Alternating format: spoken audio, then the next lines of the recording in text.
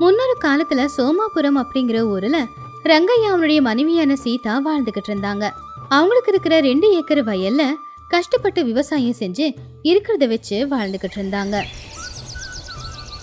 ஒரு நாள் சாயந்தர நேரம் வயல் வேலையை முடிச்சிட்டு ரங்கையா ஆர்வமா வீட்டுக்கு வந்து பொண்டாட்டி சீதாவை கூப்பிட்டான். சீதா, சீதா, எங்கடி இருக்க?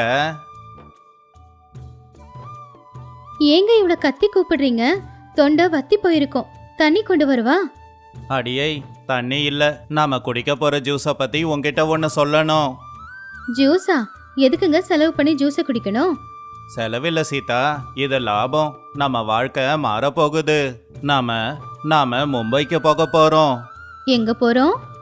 பம்பாய்க்கு. அதான் பெரிய பட்டணம்.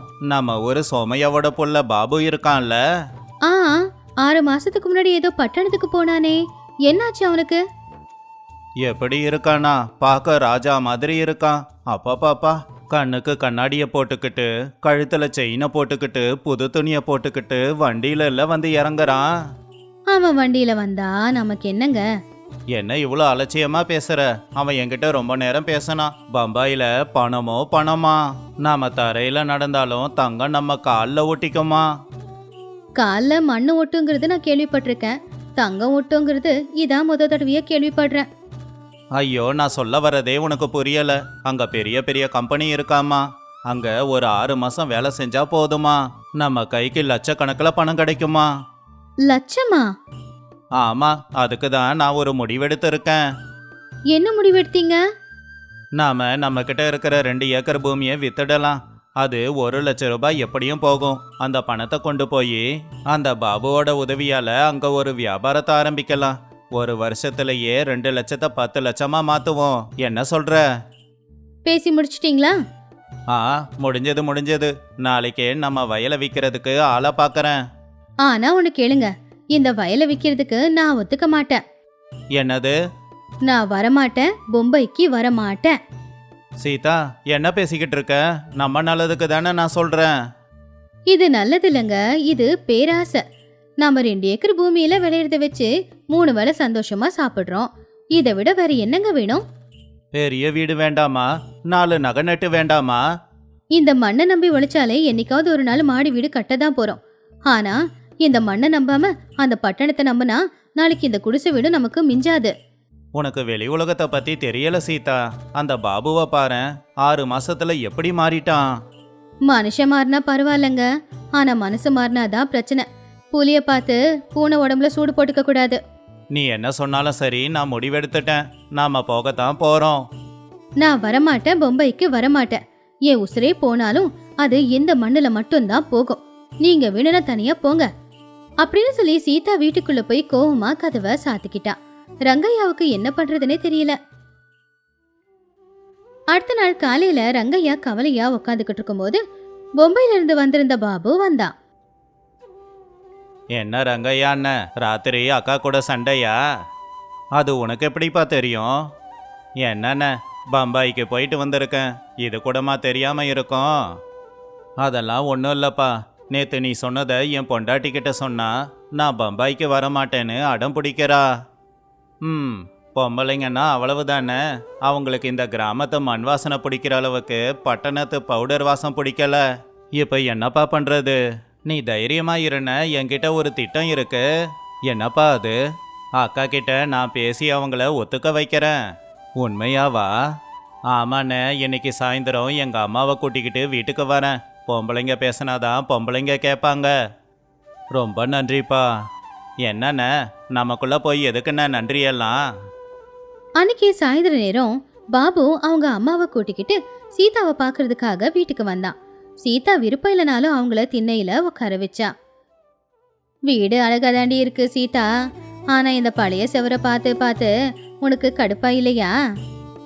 இது எனக்கு பழகி போச்சு அத்தை. அதான்க்கா நான் சொல்றேன், பழக்கத்தை மாத்திக்கோ. பம்பாயில என் வீட்டை பார்த்துருக்கியா? கண்ணாடி மாதிரி ஜொலிக்கும். ஆமா சீதா, என் புள்ள என்ன பொம்பைக்கு கூட்டிக்கிட்டு போனான். ஐயோ, என்ன பட்டணம் அது, என்ன வெளிச்சம். ராத்திரி நேரத்துல கூட பகல் மாதிரில இருக்கு. ராத்திரி இருட்டா இருந்தா தான் தூங்க முடியும், பகல் மாதிரி இருந்தா எப்படி தூங்குறதா? பாத்தியாமா, அக்கா நம்மள கிண்டல் பண்ணிக்கிட்டு இருக்காங்க. அக்கா அங்க தூங்க கூட நேரம் இருக்காது, அவ்வளவு பிஸியா இருக்கும். ஆமாடி சீதா, என் புள்ள அங்க பெரிய கம்பெனியில மேனேஜராமா. அவனுக்கு கீழே 10 பேர் வேலை பார்க்குறாங்களாம். அப்படியா? ஆமாக்கா, நீங்களும் அண்ணனும் பட்டணத்துக்கு வந்தீங்கன்னா எனக்கு கீழே அவருக்கு வேலை போட்டு கொடுக்கறேன். பாத்தியா சீதா? பாபு, நீ நல்லா இருக்கிறது எனக்கு சந்தோஷம்தான். ஆனா ஒரே ஒரு கேள்வி கேக்குறேன், தப்பா எடுத்துக்காத. கேளுங்கக்கா, எதுவுமே நேரடியா கேளுங்க. உங்க அப்பா இறந்தப்போ சோமையா அண்ணன் கிட்ட பணத்தை கடன் வாங்கினல, அந்த கடனை தீத்தியா? அதை கேட்டு பாபு அவங்க அம்மாவோட முகமே வாடி போச்சு. அது அது எதுக்குடி இப்போ? இல்லத்த, பொம்பையில கால்ல தங்க ஓட்டிக்குன்னு சொல்றாரே, அப்படி இருக்கும்போது இந்த சின்ன கடனை அடைக்கலாம்லன்னு கேட்டேன். அது அந்த கடன் அடைக்கிறதுக்காகத்தானே நான் இங்க வந்தேன். ஆமா சீதா, அவன் சொன்னான். நாளைக்கே அந்த சோமையாவோட கடனை நான் அடைக்க தான் போறேன்க்கா. நல்லதுப்பா, அந்த நல்ல வேலையை செஞ்சுட்டு அதுக்கப்புறமா என்கிட்ட பேசவா. என்னக்கா? எங்களுக்கு இருக்கிற இந்த 2 ஏக்கர் பூமி தான் எனக்கு சொத்து. அதை வித்து மாடி மாடியா கட்டணுங்கிற ஆசைலாம் எனக்கு இல்ல. தயவு செஞ்சு என்ன கட்டாயப்படுத்தாத. சீதா, நான் வரமாட்டேன், பொம்பைக்கு வரமாட்டேன். தயவு செஞ்சு கிளம்புங்க. அதை கேட்டு பாபுவும் அவங்க அம்மாவும் கோவமா அங்கிருந்து போயிட்டாங்க. சீதா, ஏன் இப்படி பண்ற? அவங்க முன்னாடி எதுக்காக என்ன தலகுனிய வைக்கிற? ஒரு நாள் தலை குனிஞ்சா பரவாயில்லங்க. ஆனா நீங்க பூமியை வித்தீங்கன்னா வாழ்க்கை பூரா தலை குனிஞ்சு நிக்க வேண்டியதா போயிடும். இனி உன் பேச்ச நான் கேட்க மாட்டேன். வயல்ல பாதி எனக்கு தானே சொந்தம். அதை வித்துட்டு நான் பம்பாய்க்கு போறேன். அது உங்க இஷ்டம். ஆனா நீங்க போனீங்கன்னா அன்னைக்கே இந்த சீதா உங்களுக்கு இல்லைன்னு அர்த்தம். ரங்கையா கோவமா வீட்டை விட்டு வெளியில நடந்து போயிட்டான். 2 நாள் ஆச்சு. ரங்கையா சீதா கிட்ட பேசுறதே இல்ல. அவனுடைய வயலை விற்கிறதுக்கு ஆட்களை பார்த்துக்கிட்டு இருந்தான். ஆனா பொண்டாட்டி விருப்பம் இல்லாம அந்த இடத்த வாங்க யாருமே தைரியமா வரல. 3வது நாள் காலையில ஊர்ல ஏதோ சண்டை நடந்துகிட்டு இருந்துச்சு. ரங்கையா, ரங்கையா, சீக்கிரம் வா. என்னடா ஆச்சு? அந்த பம்பாயில இருந்து வந்த பாபுவை ஊர் தலைவர் மரத்துல கட்டி போட்டிருக்காரு. ஏன், எதுக்கு? அவன் பெரிய ஏமாத்துக்காரனாமா, என்னன்னு தெரியலவா? உடனே ரங்கையா சீதா 2 பேருமே ஊர் பஞ்சாயத்துக்கு போனாங்க. அங்க பாபுவையும் அவனுடைய அம்மாவையும் 2 பேரையும் மரத்துல கட்டி போட்டிருந்தாங்க. சி, நீங்களா இந்த ஊரை கெடுக்க தான் வந்திருக்கீங்க. ஐயோ, எங்களை விட்டுடுங்க ஐயா. என் புள்ள எந்த தப்பும் பண்ணலங்கய்யா. தப்பு பண்ணலையா? இவர் யாருன்னு தெரியுதாடா? எனக்கு இவர் யாருன்னு தெரியாது. இவர் மும்பையில இருந்து வந்திருக்கிற முதலாளி. நீ எந்த கம்பெனிக்கு மேனேஜர்னு சொல்றியோ அந்த கம்பெனியோட முதலாளியே இவர் தான். இவன் என் கம்பெனி மேனேஜர் இல்லைங்க, என் வண்டியை துடைக்கிற கிளீனரு. அது மட்டும் இல்லை, இவன் என்கிட்ட இருந்து 10,000 ரூபாவை திருடிக்கிட்டு இந்த ஊருக்கு ஓடி வந்துட்டான். இவனை பிடிக்கிறதுக்காகத்தான் நான் இந்த ஊருக்கே வந்திருக்கேன். ஐயோ, நான் திருடலங்க ஐயா, நான் கடன் வாங்கிட்டு வந்தேன். கடன் வாங்கினியா? சரி, இந்த துணி, நகை, வண்டியெல்லாம் எப்படி வந்துச்சு? அது மட்டும் இல்லை, இவன் நம்ம ஒரு சோமையா கிட்ட இருந்து வாங்கின கடன்ல இருந்து தப்பிக்கிறதுக்கு சோமையாவோட பொண்ணையும் ஏமாத்தி அவளையும் கூடவே கூட்டிட்டு போக திட்டம் போட்டிருக்கான். ஆமா ஆமா, என் பொண்ணுகிட்ட மும்பைக்கு கூட்டிட்டு போறேன்னு ஏதேதோ சொல்லி ஏமாத்தி இருக்கான். அட கடவுளே, அண்ணன் என்னை காப்பாத்துன, நான் தப்பு பண்ணிட்டேன்னு.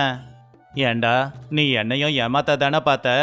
என் வயலை வித்து பணத்தை எடுத்துக்கிட்டு ஓடி போலான்னு பாத்தியா? சும்மா இருங்க. ரங்கையா பொண்டாட்டியே திரும்பி பார்த்தான். அவ கண்ணுல கோவம் இல்ல, பரிதாபம் தான் இருந்துச்சு. ஐயா, தயவு செஞ்சு அவங்க 2 பேரும் விட்டுருங்க ஐயா. என்னம்மா, இவன் ஒரு ஏமாத்துக்காரன். அவன் ஏமாத்துக்காரன் தான், ஆனா நம்ம ஊரை சேர்ந்தவன் இல்ல. ஐயா, தயவு செஞ்சு இவனை மன்னிச்சு விட்டுருங்க.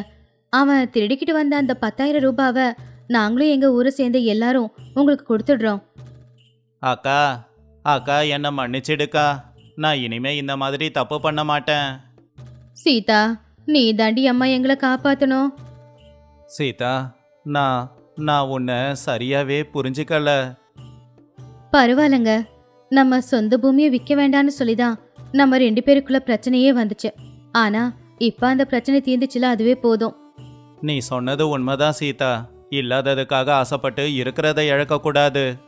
ஆமா, ஆனா ஒரு விஷயங்க. என்ன அது? நான் வரமாட்டேன், பொம்பைக்கு வரமாட்டேன். அதை கேட்டு ஊருக்காரங்க எல்லாரும் சிரிச்சாங்க. ரங்கையாவும் பொண்டாட்டியை கட்டி பிடிச்சுக்கிட்டு சிரிச்சான். பொம்பாய் முதலாளி பாபுவை மன்னிச்சு விட்டுட்டாரு. பாபு அவன் செஞ்ச தப்ப புரிஞ்சுக்கிட்டு அன்னையில இருந்து அவங்க ஊர்ல கூலி வேலை செஞ்சு பழச்சுக்கிட்டு இருந்தான். ஒரு காலத்துல ரொம்பவும் அழகா இருந்த ஒரு ஊர்ல ரங்கம்மா அப்படிங்கிற ஒரு வயசான பாட்டி ஒரு சின்ன குடிசையில வாழ்ந்துகிட்டு இருந்தாங்க. அவங்க புருஷன் இருந்து 2 வருஷம் ஆச்சு. அவங்களுக்கு சொத்து பத்தி எதுவும் இல்ல. ஒரு நாள் சாயந்தர நேரம் பாட்டி அவங்க வீட்டு வாசல்ல கவலையா உக்காந்துக்கிட்டு இருக்கும்போது வட்டி வியாபாரியான சோமையாவும் அவருடைய மனைவி ரத்னமும் அந்த பக்கமா நடந்து வந்தாங்க. ஏங்க அங்க பாருங்க, அந்த கிழவி இன்னும் அந்த குடிசையை பிடிச்சுக்கிட்டே தொங்கிக்கிட்டு இருக்கு. ரங்கம்மா, ஆ ஆ ஐயா, ஆ வாங்க ஐயா, வந்து உக்காருங்க. நாங்க வர போறதுக்கு இது என்ன உன்னோட வீடா? இது என்னோட வீடு தானுங்க ஐயா. இது என் புருஷன் கட்டின வீடு. உன் புருஷன் கட்டினது தான். ஆனா இந்த வீடு இருக்கிற இடம் எங்களுக்கு சொந்தம். உன் புருஷன் ஏற்கனவே கடன் வாங்கி அதுக்கு பதிலா இந்த வீடு எங்க கிட்ட அடகு வச்சிருக்காரு. ஐயோ அம்மா, அந்த கடன் தான் அவரு எப்போவோ தீத்துட்டாரே. யாரு சொன்னாங்க தீந்து போச்சுன்னு? அதுக்கு அசலு வட்டி, வட்டிக்கு வட்டின்னு சேர்ந்து இந்த பூமி எங்களுதாயிடுச்சு. நாளைக்கே வீட்டை காலி பண்ணிட்டு போயிடு. இது எங்களுக்கு சொந்தம். ஐயா, இந்த கிழவிய வீட்டை விட்டு போக சொல்லாதீங்க. இது குளிர்காலம். நான் எங்க போவேன்?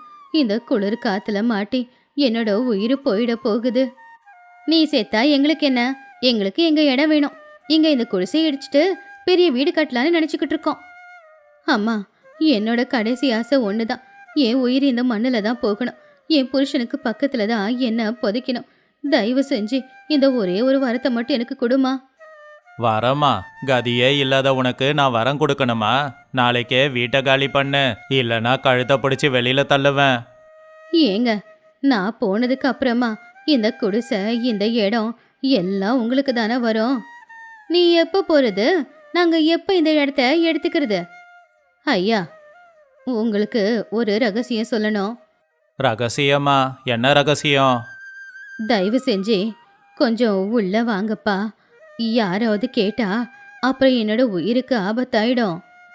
சோமையாவும் ரத்னமும் விருப்பம் இல்லாம தான் அந்த இருட்டு குடிசைக்குள்ள போனாங்க. என்னன்னு சீக்கிரம் சொல்லு, இங்க நாத்தம் அடிக்குது.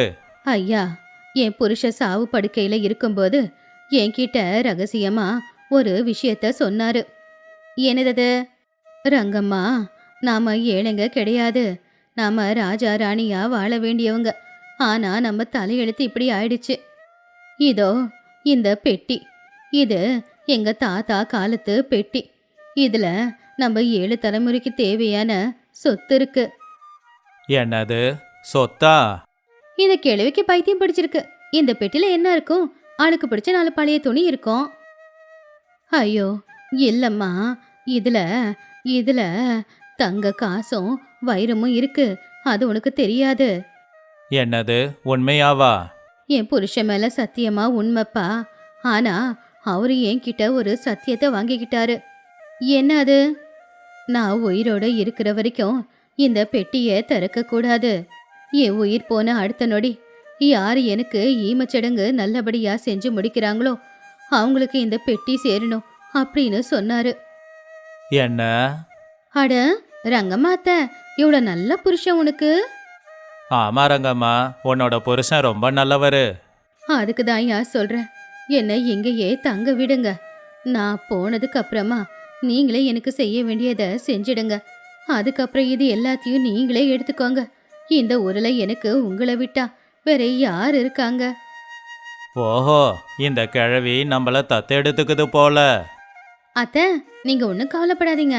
நாங்க இருக்கும்போது உங்களுக்கு என்ன குறை? ஆமா ரங்கம்மா, நீ இந்த குடிசைய காலி பண்ண தேவையில்லை. நீ இங்கேயே இருக்கலாம். நீ எனக்கு அம்மா மாதிரி. அப்படியா? உண்மையாவாயா? உண்மைதான் அத்தை. நாளைக்குலேருந்து நீங்க எங்க வீட்டுக்கு வந்து தங்கிடுங்க. இந்த பழைய குடிசையில எதுக்கு இருக்கணும்? ஐயோ அதெல்லாம் வேணாமா. இது என் புருஷன் வாழ்ந்த குடிசை. இது எனக்கு சொர்க்கம். நான் இங்கேயே இருந்துக்கிறேன். எனக்கு குடிக்க கொஞ்சம் கஞ்சி கொடுங்க, அதுவே போதும். காஞ்சி எதுக்கு ரங்கம்மா? நாளையிலிருந்து எங்க வீட்ல இருந்து 3 வேளையும் உனக்கு மணமணக்கிற சாப்பாடு வரும். நீ நல்லா சாப்பிட்டுட்டு அந்த கடவுளை நினைச்சுக்கிட்டு இங்கேயே இரு போதும். நீங்க 100 ஆண்டு நல்லா இருக்கணும்ப்பா. சோமையா ரத்னம் 2 பேருமே சந்தோஷமா அவங்க வீட்டுக்கு வந்துட்டாங்க. ஏங்க, நம்ம அதிர்ஷ்டத்தை பாத்தீங்களா? அந்த கிழவியால இப்ப நமக்கு சொத்து வரப்போகுது. ஆமா ஆமா, அவ்வளோ வைரத்தை வச்சுக்கிட்டு நம்ம கிட்ட 10 ரூபாய்க்கு அழுதுகிட்டு இருந்துச்சே கிழவி. இப்போ என்ன பண்றது? என்ன பண்றது? அதான் அந்த கிழவி சொல்லுச்சே, கிழவிக்கு ஈமச்சடங்கு செய்யறவங்களுக்கு தான் சொத்துன்னு. அதனால அந்த கிழவிய நாம தான் நல்லபடியா பாத்துக்கணும். நாம பாத்துக்கணுமா?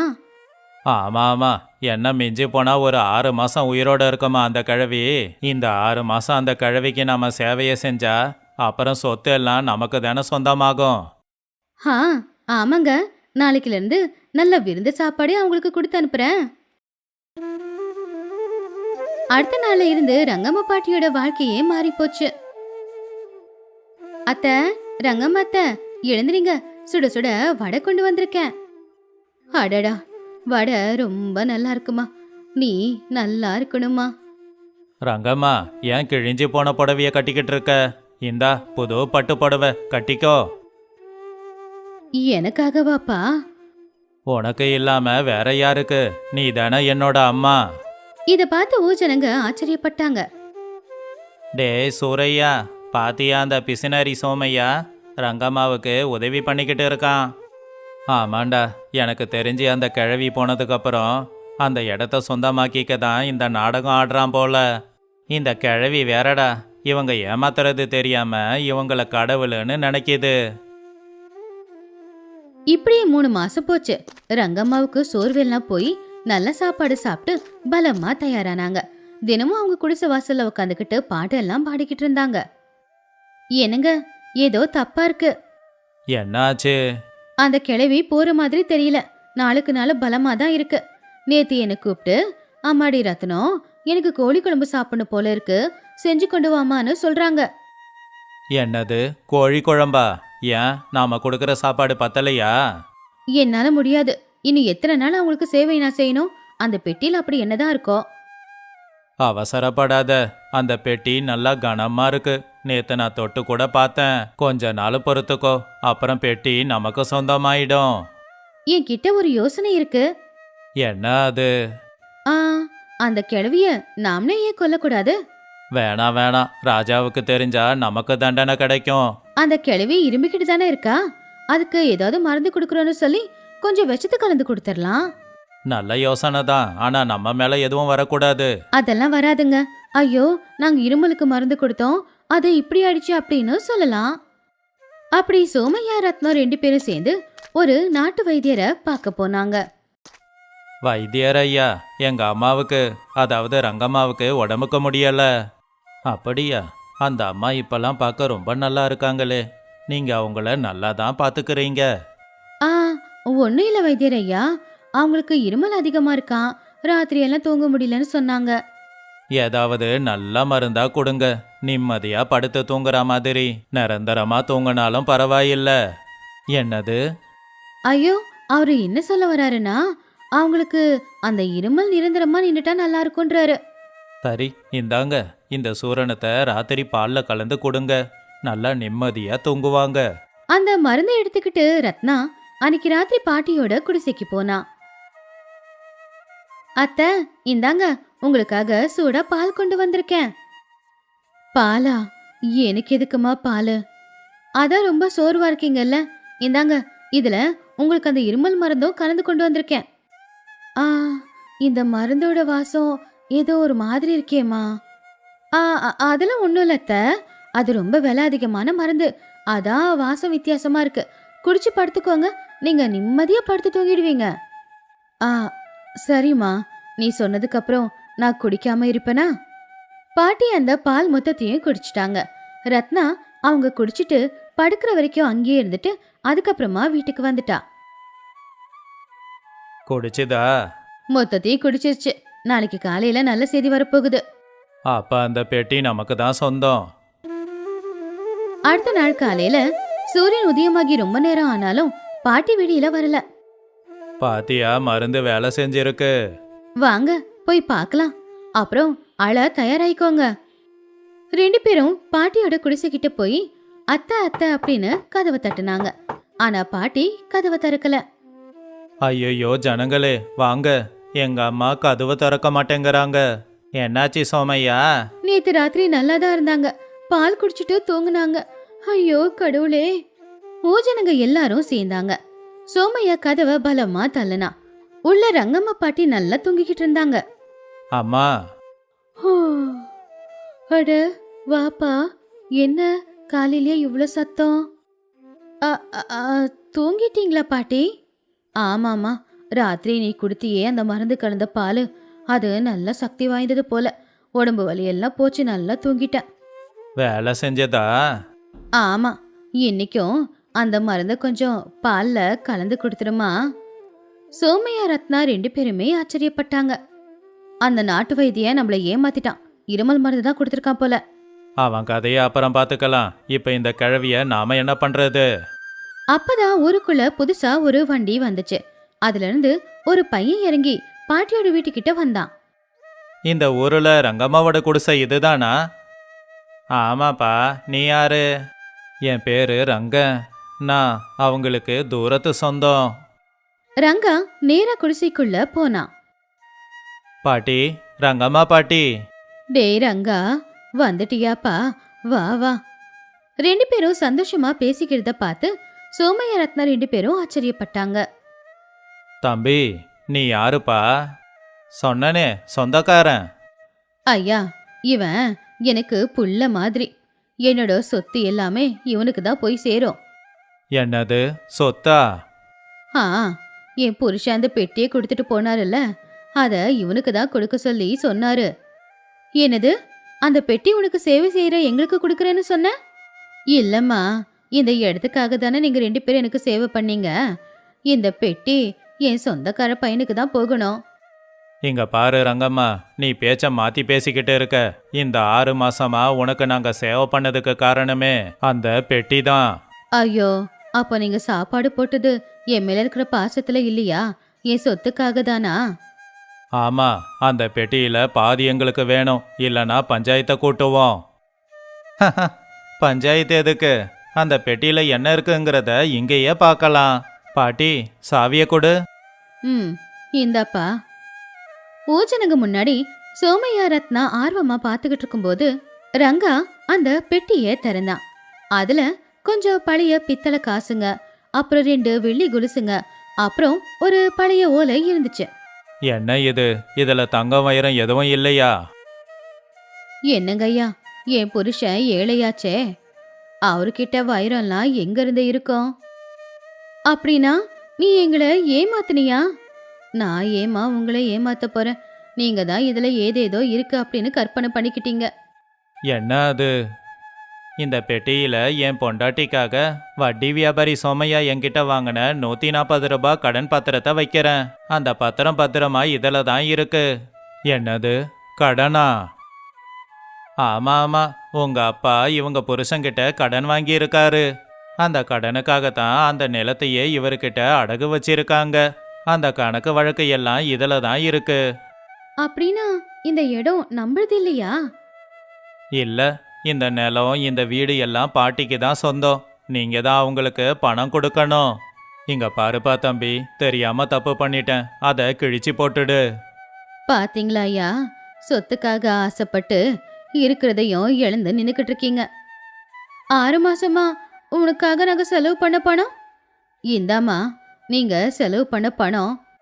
சோமையா ரத்னா 2 பேரும் அவமானத்துல தலை குனிச்சிட்டு அங்கிருந்து போயிட்டாங்க. பாத்தியாப்பா, ஒரு ஆசை மனுஷனை எப்படியெல்லாம் ஆட வைக்குது.